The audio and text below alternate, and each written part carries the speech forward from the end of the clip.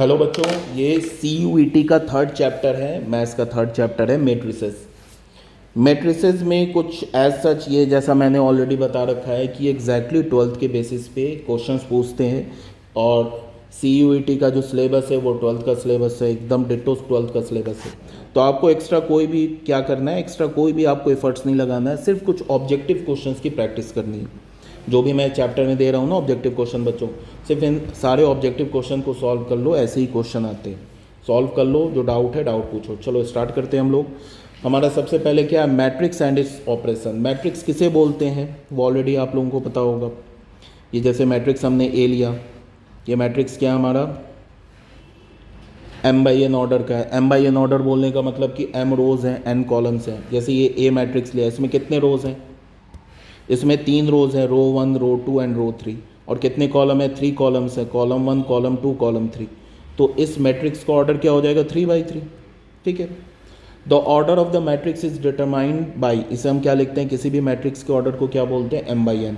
M किसे represent करता है, रोज को, N किसे रिप्रेजेंट करता है, कॉलम को। किसी भी मैट्रिक्स को हम जनरल फॉर्म में बच्चों ऐसे लिखते हैं, ए मैट्रिक्स है ना, ऐसे लिखते हैं बच्चों जनरल फॉर्म में, AIJ और यहाँ पे M×N, इसे क्या ले बोलते हैं, M×N। M×N बोलने का मतलब कि M रोज हैं एंड N कॉलम्स हैं। और I किसे रिप्रेजेंट करता है हमेशा, रोज को, और J किसे रिप्रेजेंट करता है, कॉलम्स को। जैसे इस मैट्रिक्स में M रोज है ना, तो I कहाँ से कहाँ तक वेरी करेगा, फ्रॉम 1 to M। और कितने कॉलम्स हैं, N कॉलम्स हैं, तो J कहाँ से कहाँ तक वेरी करेगा, फ्रॉम 1 to N। उसके बाद आते हैं बच्चों टाइप्स ऑफ मैट्रिक्स में। हमारा जो पहला टाइप है वो है कॉलम मैट्रिक्स। कॉलम मैट्रिक्स किसे बोलते हैं, जिसमें एक कॉलम हो। नेक्स्ट क्या हमारा, रो मैट्रिक्स। रो मैट्रिक्स किसे बोलते हैं, जिसमें एक रो है। जैसे ये देखो, एक रो हो गया, एक कॉलम हो गया। ठीक है। उसके बाद आते हैं नेक्स्ट हम लोग स्क्वायर मैट्रिक्स। स्क्वायर मैट्रिक्स में क्या होता है बच्चों कि अगर number of rose and number of columns equal है तो उसे हम क्या बोलते हैं, स्क्वायर मैट्रिक्स। जैसे एग्जांपल देख लो, 3 rows and 3 columns, first row, second row, third row, first column, second column, third column. तो ये क्या हो गया, 3/3 हो गया। मीन्स क्या हुआ, 3/3 का एक स्क्वायर मैट्रिक्स हो गया। स्क्वायर मैट्रिक्स को हम लोग किससे रिप्रेजेंट करते हैं बच्चों, M/M। एक तो ऐसे लिखते हैं और क्या बोलते हैं कि square matrix of order M। Means M अगर मैंने किसी भी स्क्वायर मैट्रिक्स को ऑर्डर बोला, इसका मतलब क्या है कि उस मैट्रिक्स का रोज भी, नंबर ऑफ रोज भी M है, नंबर ऑफ कॉलम्स भी M है। ठीक है। डायगोनल मैट्रिक्स किसे बोलते हैं बच्चों, डायगोनल मैट्रिक्स में क्या होना चाहिए, जैसे डायगोनल मैट्रिक्स क्या होता है कि स्क्वायर मैट्रिक्स होता है, और डायगोनल मैट्रिक्स में क्या होता है कि नॉन डायगोनल एलिमेंट्स, जितने भी नॉन डायगोनल एलिमेंट्स होते हैं ना, वो सभी 0 के इक्वल होते हैं। जैसे अगर मुझे 3/3 का एक डायगोनल मैट्रिक्स लिखना है तो मैं ऐसे लिखूंगा, 1 0 0 2 0 2 2 नहीं, 0 2 0 0 ले लिया, 0 ले लिया, 3। बेटा ये एक डायगोनल मैट्रिक्स हो गया। ठीक है। 3/3 ऑर्डर का क्या हो गया बच्चों, ये डायगोनल मैट्रिक्स हो गया।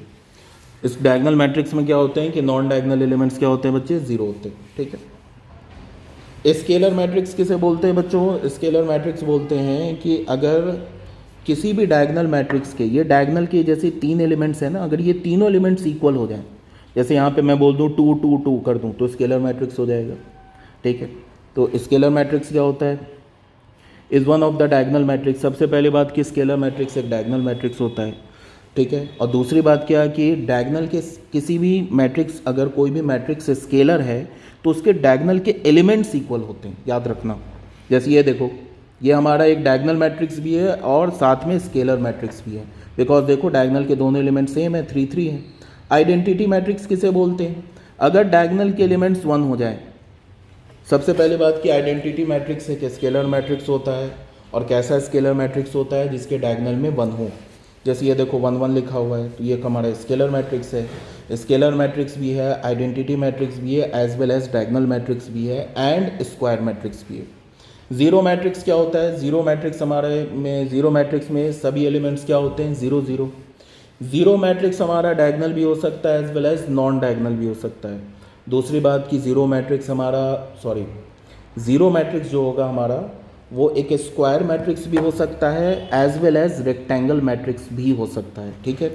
2 मैट्रिक्स बच्चों इक्वल कब होते हैं, जब उन दोनों मैट्रिक्स के क्रॉसपॉन्डिंग एलिमेंट सेम हो जाए तो उसे हम क्या बोलेंगे, इक्वल मैट्रिक्स। अगर मैंने लिया ए आई जे एक मैट्रिक्स लिया, बी आई जे एक मैट्रिक्स लिया, और अगर मैंने बोला कि ए मैट्रिक्स और बी मैट्रिक्स इक्वल है, ए को बी के इक्वल कर दिया, तो इसका मतलब क्या होगा कि ए आई जे ये बच्चों इक्वल होगा बी आई जे के फॉर ऑल आई एंड जे। जितने भी आई एंड जे हैं ना उन सभी के लिए ए आई जे बी आई जे के इक्वल होगा। कहने का मतलब है कि क्रॉसपॉन्डिंग एलिमेंट सेम होगा। दो मैट्रिक्स को बच्चों ऐड कैसे करते हैं, क्रॉसपॉन्डिंग एलिमेंट्स को ऐड कर देते हैं, ये सब पता ही होगा तुम लोगों को। अगर किसी भी एक स्केलर को किसी मैट्रिक्स से मल्टीप्लाई करते हैं, वो कैसे करते हैं वो भी एक बता देता हूँ एग्जांपल लेके। मान लो हमारे पास एक मैट्रिक्स है, हमारे पास ऐसे 1 2 3 4 और एक 2 हमने स्केलर लिया, 2 को ए मैट्रिक्स के साथ मल्टीप्लाई किया, तो 2a कैसे लिखेंगे 1 2 3 4, और ये जो 2 है ना इन सभी एलिमेंट से मल्टीप्लाई हो जाएगा, तो ये क्या हो जाएगा 2 4 6 8, ये क्या हो गया हमारा 2a मैट्रिक्स हो गया। वही बात यहाँ पे लिखी हुई है, if x is a scalar and एक हमने मैट्रिक्स लिया, तो एक्स ए मैट्रिक्स क्या होगा उसको हम ऐसे डिफाइन करेंगे। कहने का मतलब है कि अगर मैं किसी स्केलर को किसी मैट्रिक्स से मल्टीप्लाई करूँ तो उस स्केलर को मैट्रिक्स के सभी एलिमेंट से मल्टीप्लाई करना होगा। माइनस ए मैट्रिक्स क्या है, माइनस ए मैट्रिक्स है -1 इंटू ए मैट्रिक्स। ठीक है, दो मैट्रिक्स का डिफरेंस कैसे लेते हैं बच्चों, दो मैट्रिक्स का डिफरेंस लेते हैं, दोनों मैट्रिक्स के क्रॉसपॉन्डिंग एलिमेंट्स को सब्ट्रैक्ट कर देते हैं। ए मैट्रिक्स हमारा ए आई जे, बी मैट्रिक्स हमारा बी आई जे, अगर और सी मैट्रिक्स हमारा सी आई जे, तो ए आई जे माइनस बी आई जे हमने क्या किया सी आई जे। कहने का मतलब है कि a माइनस बी का मतलब क्या है, a माइनस बी का ith रो jth कॉलम का एलिमेंट क्या होगा, ये होगा ए आई जे माइनस बी आई जे। बस तुम ऐसे याद रखो, दो मैट्रिक्स को अगर हम सब्ट्रैक्ट करेंगे तो क्रॉसपॉन्डिंग एलिमेंट्स को सब्ट्रैक्ट कर देंगे। उसके बाद आता है बच्चों कि a प्लस बी और b प्लस ए, अगर ऐसा है कि a plus B matrix b plus A matrix के इक्वल है तो उसे हम क्या बोलेंगे कम्यूटेटिव लॉ, कि a और b क्या हमारा, या तुम ऐसे बोलो कि जो मैट्रिक्स का जो सम होता है वो हमेशा क्या होता है कम्यूटेटिव होता है। मीन्स a प्लस बी लिखो या b प्लस ए लिखो एक ही बात है, मैट्रिक्स का सम इज ऑलवेज कम्यूटेटिव। उसके बाद क्या है, मैट्रिक्स का सम जो होता है बच्चों वो एसोसिएटिव भी होता है। ठीक है, और किसी भी मैट्रिक्स में अगर एक नल मैट्रिक्स ऐड करोगे तो मैट्रिक्स चेंज नहीं होगा। मीन्स क्या है, b plus null matrix is equals to null matrix is equals to b plus null matrix is equals to null plus b matrix is equals to b। किसी भी matrix में एक null matrix add करोगे तो matrix change नहीं होगा। ठीक है, और b मैट्रिक्स और माइनस b मैट्रिक्स को बच्चों अगर तुम ऐड कर दोगे तो क्या मिल जाएगा, नल मैट्रिक्स मिल जाएगा। ठीक है, और यहाँ पे कुछ प्रॉपर्टीज़ दे रखी है, a मैट्रिक्स हमने ले लिया ए आई जे और b मैट्रिक्स ले लिया हमने B I J. x into A plus B किसके इक्वल होगा, X A plus X B, और x हमारा क्या बच्चों स्केलर है, यहाँ पे y भी स्केलर है, तो x प्लस वाई इंटू ए किसके इक्वल होगा, एक्स ए प्लस वाई ए के इक्वल होगा। ठीक है, दो मैट्रिक्स को मल्टीप्लाई कैसे करते हैं ये पता होगा। ठीक है, मैट्रिक्स का जो मल्टीप्लिकेशन होता है ना बच्चों वो क्या होता है बच्चों, मैट्रिक्स का मल्टीप्लिकेशन एसोसिएटिव होता है याद रखिएगा, बट मैट्रिक्स का मल्टीप्लिकेशन कम्यूटेटिव नहीं होता है। मीन्स अगर मैं a इंटू बी, ये इक्वल नहीं होता है b इंटू ए के, इन जनरल हो भी सकता है a b और b आपस में equal, but in general equal नहीं होता है। किसी केस में a b और b a इक्वल आ सकता है, but in general a b b a के इक्वल नहीं होता है। बट इन जनरल तीन अगर मैट्रिक्स हैं तो ये जो एसोसिएटिव लॉ है ना मैट्रिक्स के मल्टीप्लिकेशन का, ये हमेशा ट्रू मिलेगा। Means x into Y into Z किसके इक्वल होगा, x इंटू वाई जेड के इक्वल होगा, दिस इज ऑलवेज ट्रू। ठीक है, distributive law is always true. x into Y plus Z, इसको हम कैसे लिखेंगे, पहले x को y से मल्टीप्लाई करेंगे तो xy आ जाएगा, फिर x को z से मल्टीप्लाई करेंगे तो plus xz, x plus Y into Z. एक बात ध्यान में रखना, छोटी सी बात, हम ऐसे नहीं लिख सकते हैं कि yx प्लस zx, ये गलत हो जाएगा, ये इक्वल नहीं होगा। पहले x आया है तो x ही पहले मल्टीप्लाई में आएगा, x इंटू वाई होगा फिर x इंटू जेड होगा, ऐसे लिखोगे गलत हो जाएगा। समझ में आ रही होगी बात। उसके बाद क्या है बच्चों, for existence of multiplicative identity, किसी भी मैट्रिक्स को, स्क्वायर मैट्रिक्स को अगर एक आइडेंटिटी मैट्रिक्स से मल्टीप्लाई करो, आई इंटू एक्स या एक्स इंटू आई, ये किसके इक्वल होगा, एक्स के इक्वल होगा। यहाँ पे देखो वही बात लिखा है, multiplication is not commutative. A B matrix और B A matrix in general आपस में इक्वल नहीं होते हैं।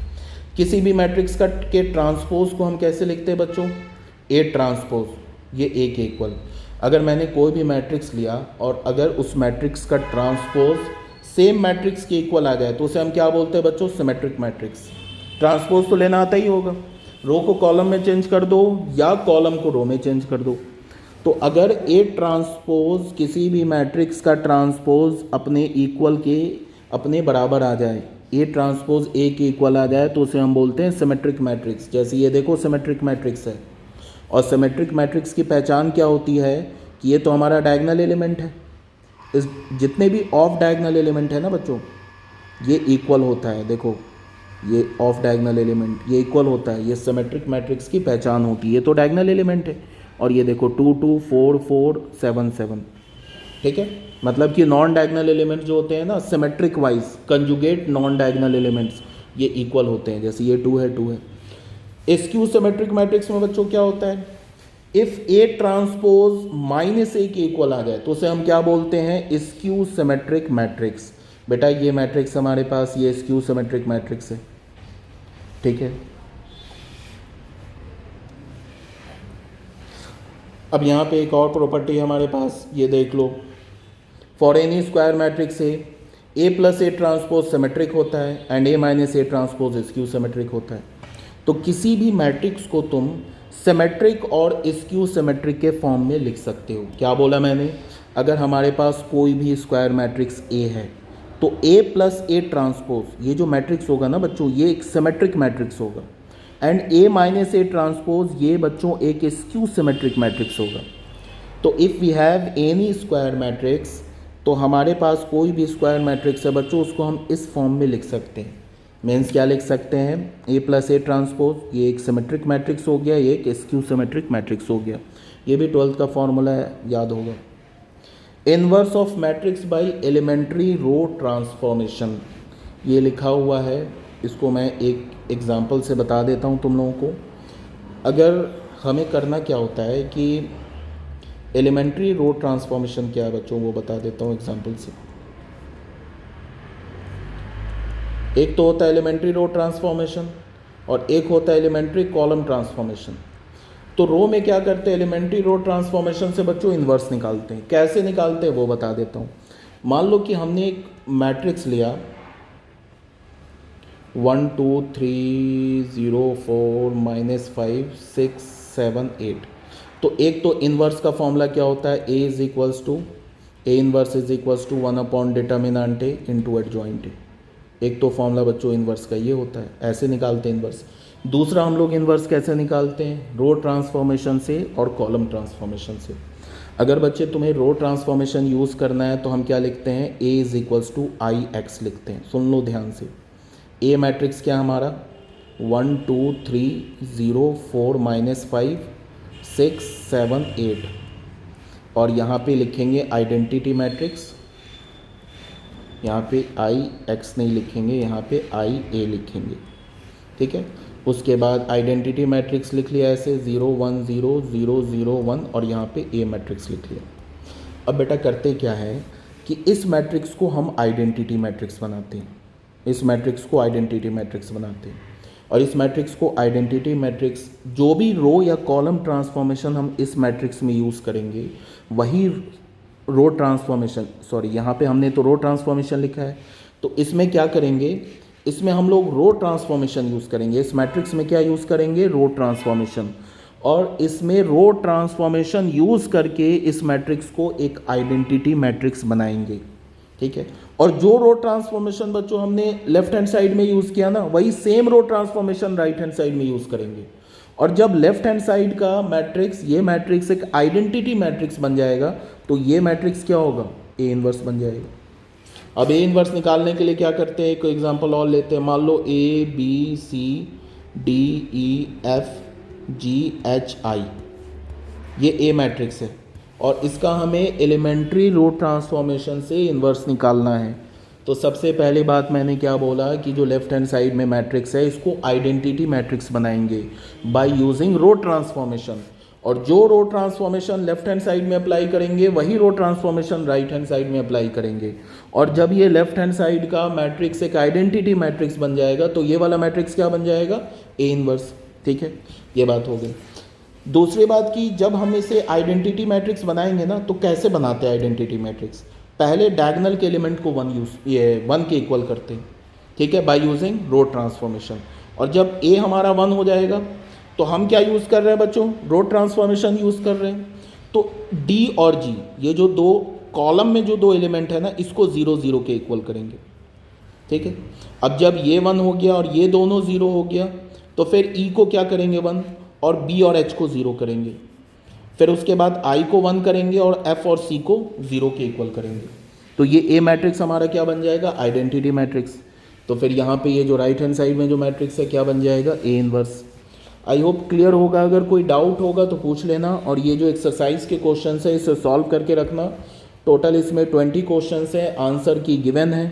ठीक है बच्चों, और जो भी डाउट होगा पूछना डाउट क्लास में, और उसके नेक्स्ट डे आपको बच्चों वीडियो लेक्चर मिल जाएगा। Okay, thank you.